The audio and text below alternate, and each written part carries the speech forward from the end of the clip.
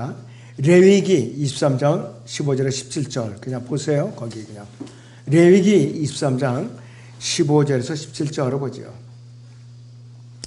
너희는 안식일 후 다음날 너희가 흔드는 제사의 단을 가져온 그날부터 세워서 7 안식일을 마칠지니 너희는 7째 안식일 이튿날까지 50일을 헤아려서 주께 새로운 음식 제사를 드릴지니라. 너희는 너희 거처에서 10분의 1로 만든 흔드는 빵 2덩어리를 가지고 나올지니 그 빵들은 고운 가루로 만들어 누룩을 넣어서 구울 것이며 그것들이 주께 드리는 첫 열매들이니라. 고린도전서 5장 6절을 봅니다. 너희 자랑하는 것이 좋지 아니하도다. 너희는 적은 누룩이 온 반죽을 부풀게 하는 것인 줄 알지 못하느냐 그랬습니다. 그래서 오전의 제목은 오순절과 교회와 그리스도인. 오순절과 교회와 그리스도인입니다. 자, 그래서 오순절은 교회와 또 그리스도인과 어떤 관계가 있는가 그래서 지금 말씀을 전하고자 한다면 이 장문 조금만 닫으세요. 이스라엘 민족은 1년에 절기를 7번을 지켜요. 7번을. 그래서 유월절, 무교절, 초실절, 오순절, 나팔절, 속죄절, 장막절을 지킵니다. 7절기 중에 오순절은 3번째 절기예요. 초실절과 5번째 절기인 나팔절 사이에 끼어 있어요. 그리고 초실절로부터 50일이 지나면 시작되는 절기인데 초실절과 오순절 사이에는 7 안식일이 있기 때문에 이 날을 77절이라고도 합니다. 77절. 오순절은 이스라엘의 7절기 중 한가운데 있는 4번째 절기고 마지막 절기는 7번째 절기인 장막절이에요. 자, 그리고 이 보리 수확기인 초실절에서 시작해서 밀을 다 거둬들임으로써 끝이 납니다. 또 첫날은 초실절이고 마지막 날은 오순절이었는데 첫날과 마지막 날만 절기로 지켰어요. 오순절에는 주 하나님께 새로운 음식 제사를 드렸습니다. 새로운 음식 제사. 이 새로운이라는 말이 처음으로 나오는 이유는 수확한 곡식의 첫 이제 열매를 말하는 것이에요. 초실절에는 곡식단을 흔들었어요.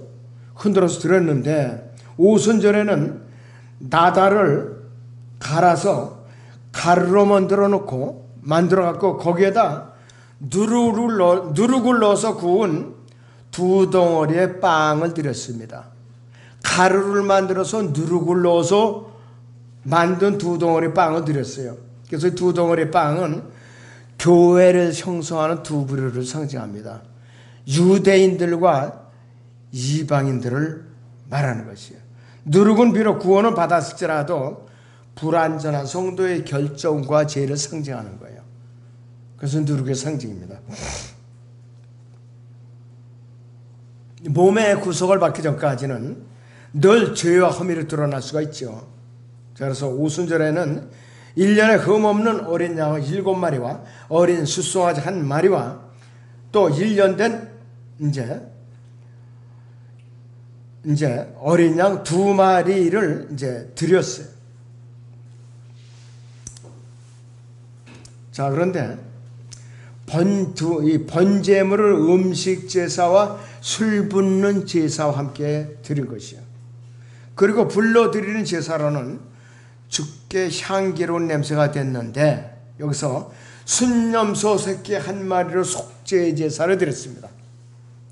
1년 된 어린 양 2마리를 화목제의 희생제물로 드렸어요. 또 흔드는 빵이 주 하나님께 흔들어진 것이에요. 그래서 이스라엘은 제사 방식이 독특합니다. 이것은 곡식단이 아닌 빵이라는 것에 우리가 유의를 해야 된다. 빵은 교회의 동질성을 말하는 것이에요. 오순절은 주 예수 그리스도의 제자들이 성령에 의해서 한 몸 안으로 침례를 받은 오순절 날의 성취가 되었어요. 오순절과 나팔절 사이에는 4개월간이라는 기간이 있어요. 이 기간에 곡식과 포도의 수확을 모았어요. 거두었어요. 그래서 이 바쁜 기간에는 함께 모이질 않았습니다. 그래서 이 4개월 기간은 성령께서 2000년 동안 주 예수 그리스도의 몸인 교회를 이루는 구성원을 모으시는 현재 교회 시대를 상징하는 거예요. 이 기간에 이스라엘은 전 세계 각지에 흩어져 있는 상태예요. 우상숭배의 징벌로서 아직 돌아오지 못하고 있어요. 2차 대전 때는 독일 나치에서 600만 명이나 학살까지 당했어요. 이제 머지않아서 이방인들이 죄악에 가득 차게 되면은 이 은혜의 시대는 끝이, 교회 시대는 끝난다 이것이에요. 이스라엘 중에서 은혜의 선택하심을 따른 남은 자들이 약속의 땅 팔레스타인의 수도인 예루살렘에서 나팔절을 지키기 위해 이 세상 곳곳에서 약속의 땅인 팔레스타인으로 돌아오게 돼 있어요. 은혜의 선택에 따라 남은 자들은 누구냐? 현재 이스라엘에 있는 사람들은 아니에요. 전 세계에 있는 사람들이에요. 14만 4천 명으로 인을 받은 사람들은 지금 전 세계에 흩어져 있어요. 우리는 모르지만 이들이 강권적으로 하나님께서 강제로 소환을 시켜요. 팔레스타인 땅에다 집어넣어요. 그래갖고 14만 4천 명은 인을 치는 것이. 그리고 대환란을 통과시키는 거예요. 마태복음 24장 31절을 보겠습니다. 성경 마태복음 24장 31절을 보죠.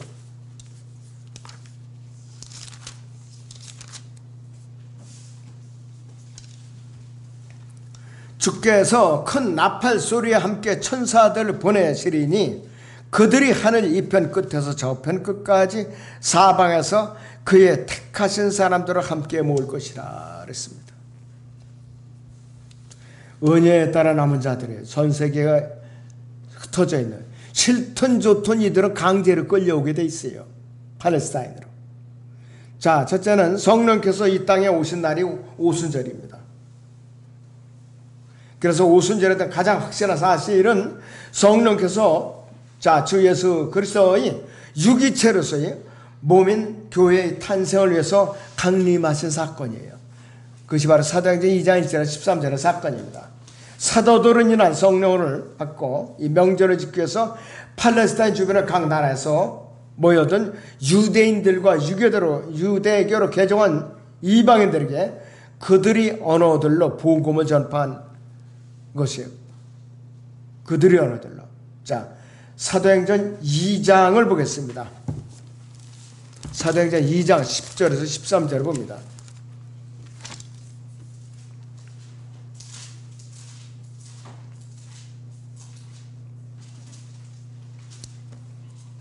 자, 2장 9절부터 보죠.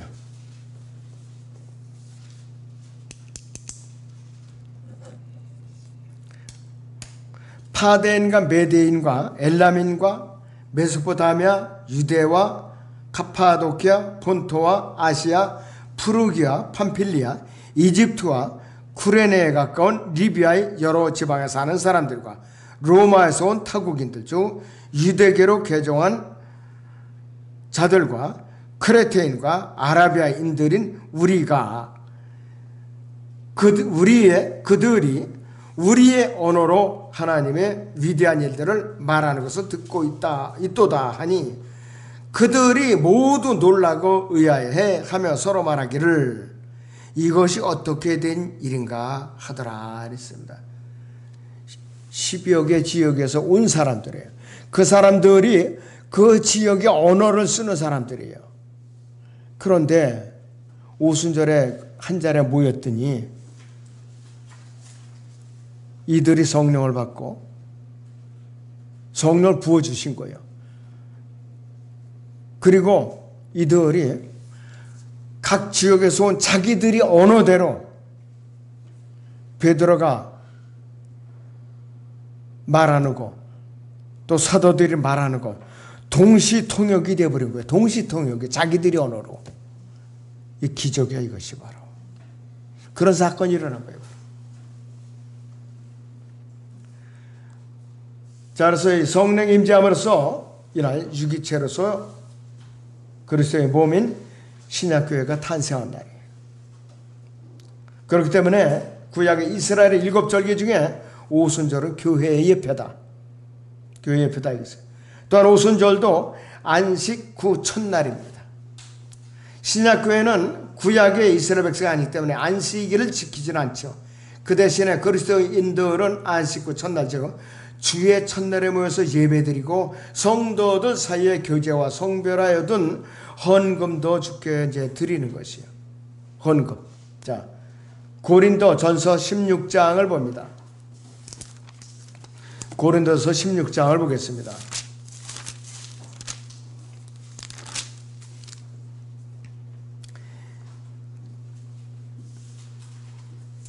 자, 2절을 보죠. 매주 첫날에 너희 각자가 하나님께서 번성케 하신 대로 따로 저축하여 두어서 내가 갈 때에는 모금하는 이롭게 하라. 주의 첫날이라고 그랬죠. 성경적으로는 토요일까지 이러는 거예요. 엿새 동안이라고 하루 쉬는 거예요. 근데 점점 하나님을 대적하는 사람들이 늘어나다 보니까 이제 주 4.5일째 금요일 오전까지만 일하고 쉬는 거. 그러면 자영업자들이 점점 힘들어지는 거예요. 인건비는 그대로 주고 일 시키는 시간은 줄어들고. 굉장히 앞으로 어려운 시대에 접어들고 있다 이것이.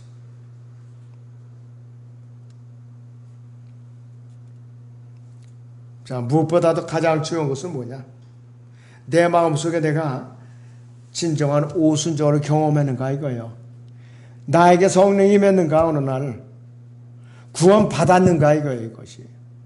교회 아무리 수십 년 다녀도 내 마음에 오순절 경험이 없으면 이거 헛거예요. 구원 안 받은 거예요. 그 사람은 지옥 가요. 내가 구원의 복음을 듣고서 자, 주 예수 그리스도께서 자, 개인의 구세주를 믿고 영접함으로써 내 몸 안에 성령께서 내주에서 머물고 계시는가? 성령께서는 이미 예수 그리스도께서 승천하신 이후 50일째 되는 날 오순절 이 땅에 오셔서 누구든지 구원의 복음을 듣고 예수 그리스도 마음으로 믿고 입으로 시인하면 그 사람의 몸 안에 들어오셔서 거처를 정하시고 영원토록 거주하셔요. 영원토록 거하시는 거예요. 고린도 후서 1장 22절을 봅니다. 고린도 후서 1장의 22절을 봅니다.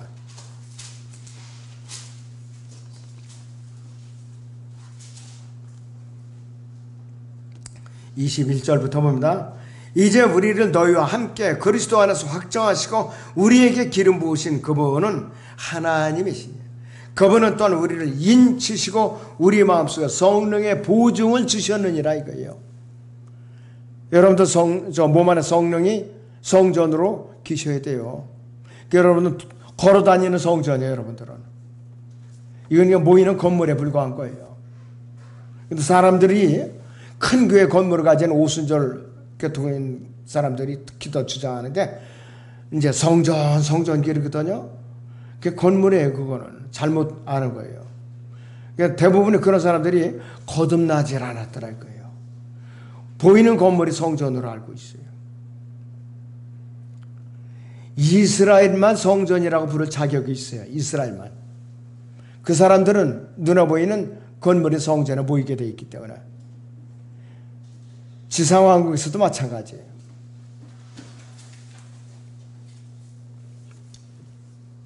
우리는 눈에 보이는 건물이 성전이 아니라는 걸 분명히 여러분들이 구별해 있어야 돼요. 자, 그래서 두 번째는 오순절에만 왜 누리기 허락이 되는가? 제사를 드릴 때 오순절에만 왜 누리기 허락되는가 이거예요. 자, 거기 예레미야, 자, 레위기 23장 17절 같이 보세요. 너희는 너희 거처에서 10분의 1로 만든 흔드는 빵 2덩어리를 가지고 나올지니 그 빵들은 고운 가루로 만들어 누룩을 넣어서 구울 것이며 그것들이 주께 드리는 첫 열매들이니라. 이렇게 말씀을 하고 있어요.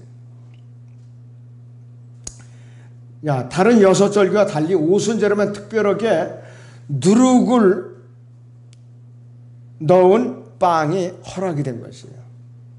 누룩은 항상 거짓 교리나 죄와 연관이 되는데, 자, 교회를 예표하는 오순절에만 누룩이 허락된 데는 이유가 있어요. 이유가 있다. 왜 그런가? 자, 교회 시대 지역교회 안에는 구원받은 순수한 성도들만 있는 것이 아니라 지역교회는 구원받지 못한 사람들이 섞여 있을 수가 있고, 구원받은 사람들만 참다운 교회임에도 불구하고 지역교회를 구성하고 있는 성도들 사이에는 여전히 거짓 교리와 누룩이 퍼져 있기 때문에 그런 것이에요.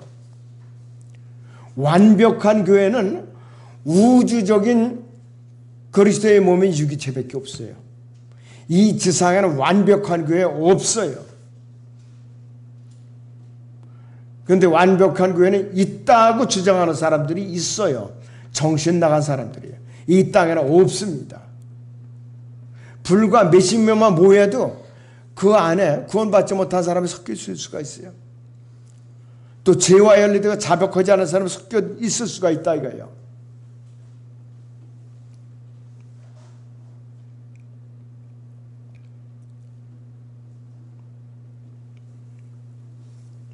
고린도전서 5장 6절에서 사도 바울은 너희의 자랑하는 것이 좋지 아니하도다.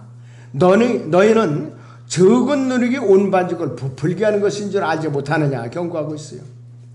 그럼 갈라디아서 5장 9절을 보시죠. 여기서 갈라디아서 5장 9절.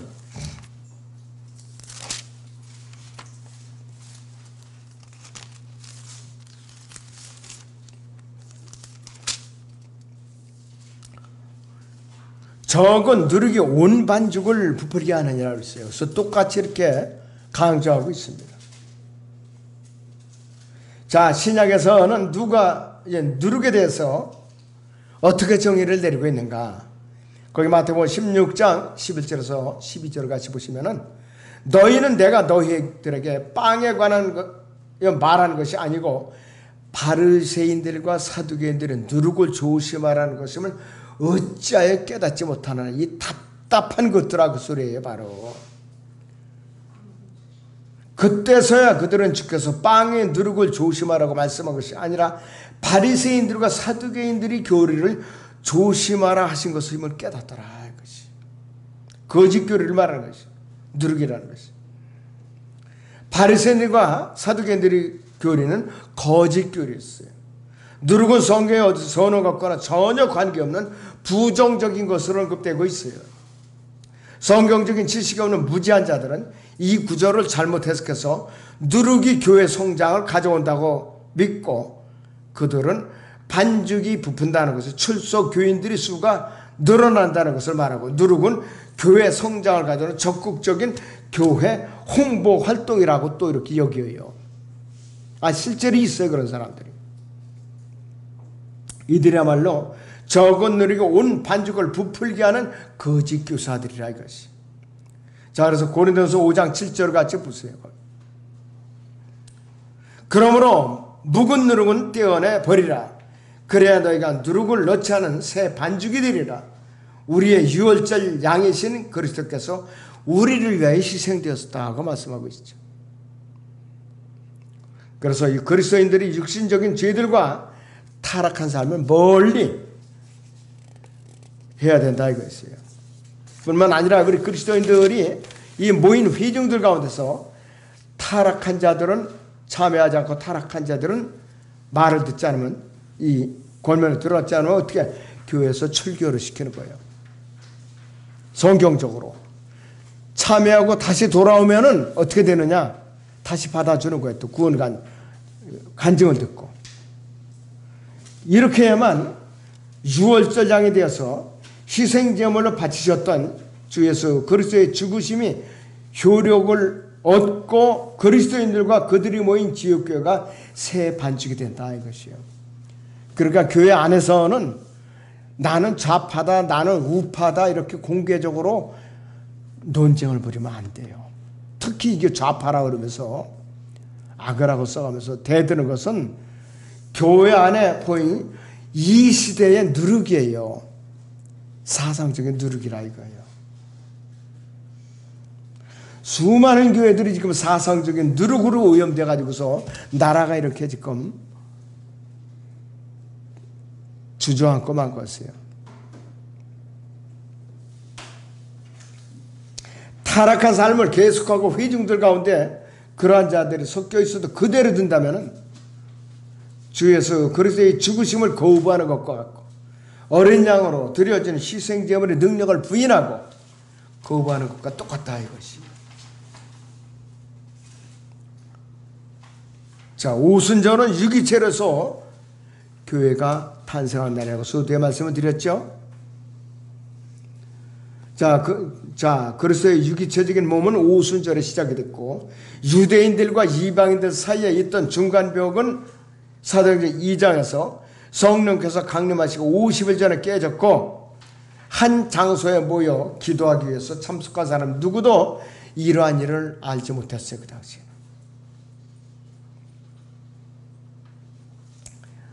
자, 에베소 2장을 보죠. 성경 에베소 2장 13절부터 16절. 그러나 한때 멀리 있었던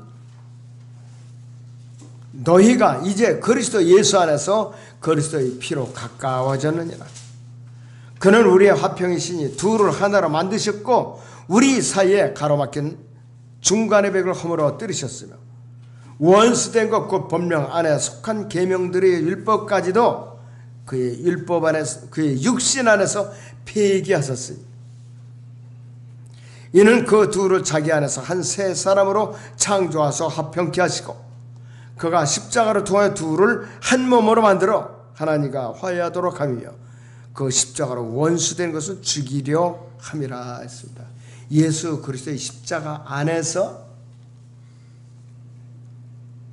오순절을 통해서 유대인들과 이방인들이 유기체로서 하나가 된 거예요. 그것이 바로 교회예요. 바로.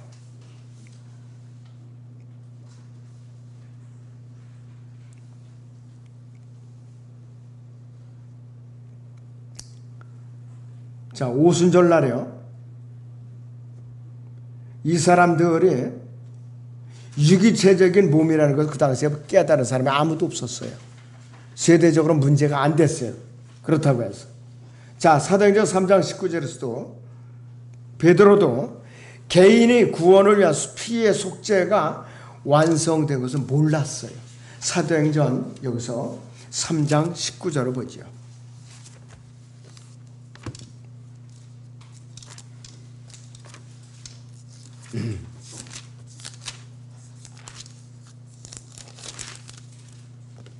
그러므로 너희는 회개하고 돌이키라. 그러면 주의 임재하심으로부터 새롭게 되는 때가 올 때 너희 죄들이 지워지리라 했습니다.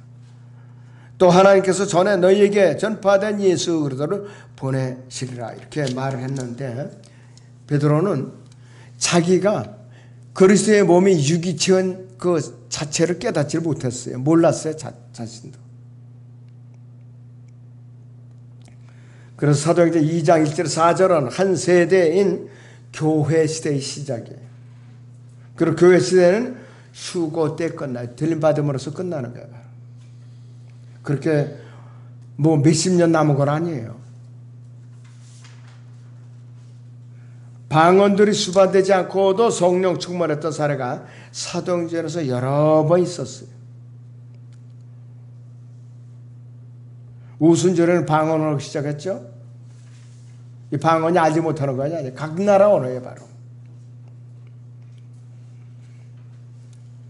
사도행전 4장 31절 보지요.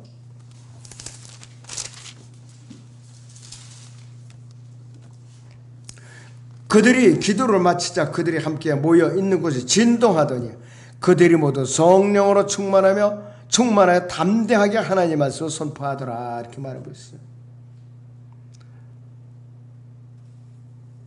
여기서 방언을 안 해도 성령으로 충만했다.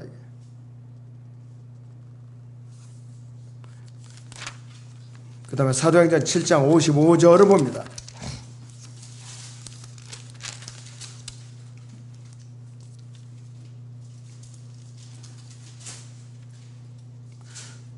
그러나 그는 성령으로 충만하여 하늘을 주시하여 우러러보니 하나님의 영광과 예수께서 하나님의 오른편에 서신 것을 보고 말하기를 보라 하늘들이 열리고 인자가 하나님의 오른편에 서신 것을 보노라 하니 그랬습니다. 스테반 집사도 방언을 한 것이 아니에요. 성령으로 충만했어요. 그래서 사도행전 9장에서 13장 사이에서는 어떤 부분에서도 그리스도의 몸에 대해서 말해준 적이 없어요. 전혀 없어요. 아브라함이 태어난 날도 오순절이라고 전해지고 있어요. 자, 신약에 성령으로 거듭나서 주 예수 그리스도의 몸의 지체로서 더해진 교회의 휴거도 오순절날 이루어질 것이에요. 그러므로 오순절과 교회와 그리스도와의 관계에는 떼어낼 수가 없어요. 밀접한 관계가 있어요. 자, 주 예수 그리스도께서는 처소를 말하면 우리를 다시 데리러 오시겠다고 굳게 약속을 하셨는데 그때가 언제나 말 오순절이에요. 오순절. 자, 요한복음 14장 보세요.